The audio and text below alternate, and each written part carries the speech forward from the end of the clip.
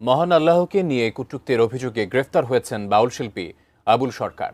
এরপর থেকেই তার বিচারের দাবিতে উত্তপ্ত হয়ে উঠেছে দেশের ধর্মীয় অঙ্গন।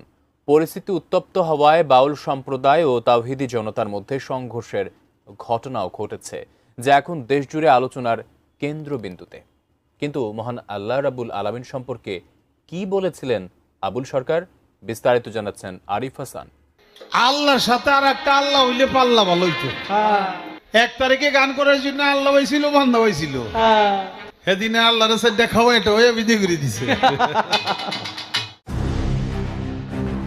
4 নভেম্বর মানিকগঞ্জের ঘিওর উপজেলার জাবরা এলাকায় এক পালাগানের আসরে সঙ্গীত পরিবেশন করেন বাউল শিল্পী আবুল সরকার।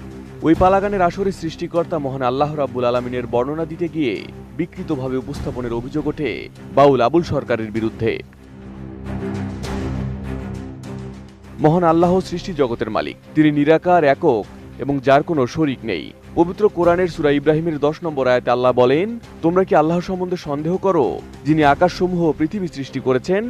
এছাড়া সূরা হুজরাতের 15 নম্বর আয়াতে উল্লেখ রয়েছে, মুমিন তো তারাই যারা আল্লাহ ও তার রাসূলের প্রতি ঈমান আনার পর আর কোনো সন্দেহ পোষণ করে না।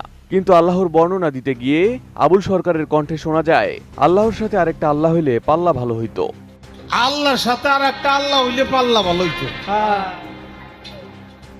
এছাড়াও তিনি প্রশ্ন তোলেন, আল্লাহ কেন আরো অসংখ্য আল্লাহ সৃষ্টি করেননি, এবং গানের সুরে এ নিয়ে স্বকীয় যুক্তিও হাজির করেন। অথচ ইসলামী আকীদা অনুযায়ী আল্লাহ সম্পর্কে সন্দেহ করা কুফর এবং আল্লাহর সাথে অন্য কাউকে তুলনা করা শিরক, যা ইসলাম ধর্মে গুরুতর অপরাধ।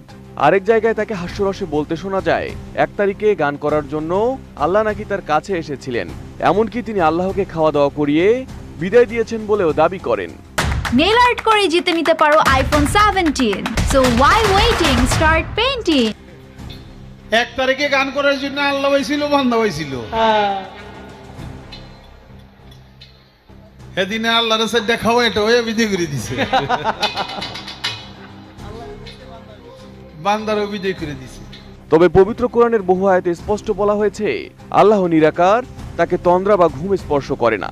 তিনি আহার করান কিন্তু আহার করেন না, তাকে কোনো ক্লান্তি স্পর্শ করে না। তিনিই প্রথম এবং তিনিই শেষ, তার কোনো শরিক নেই।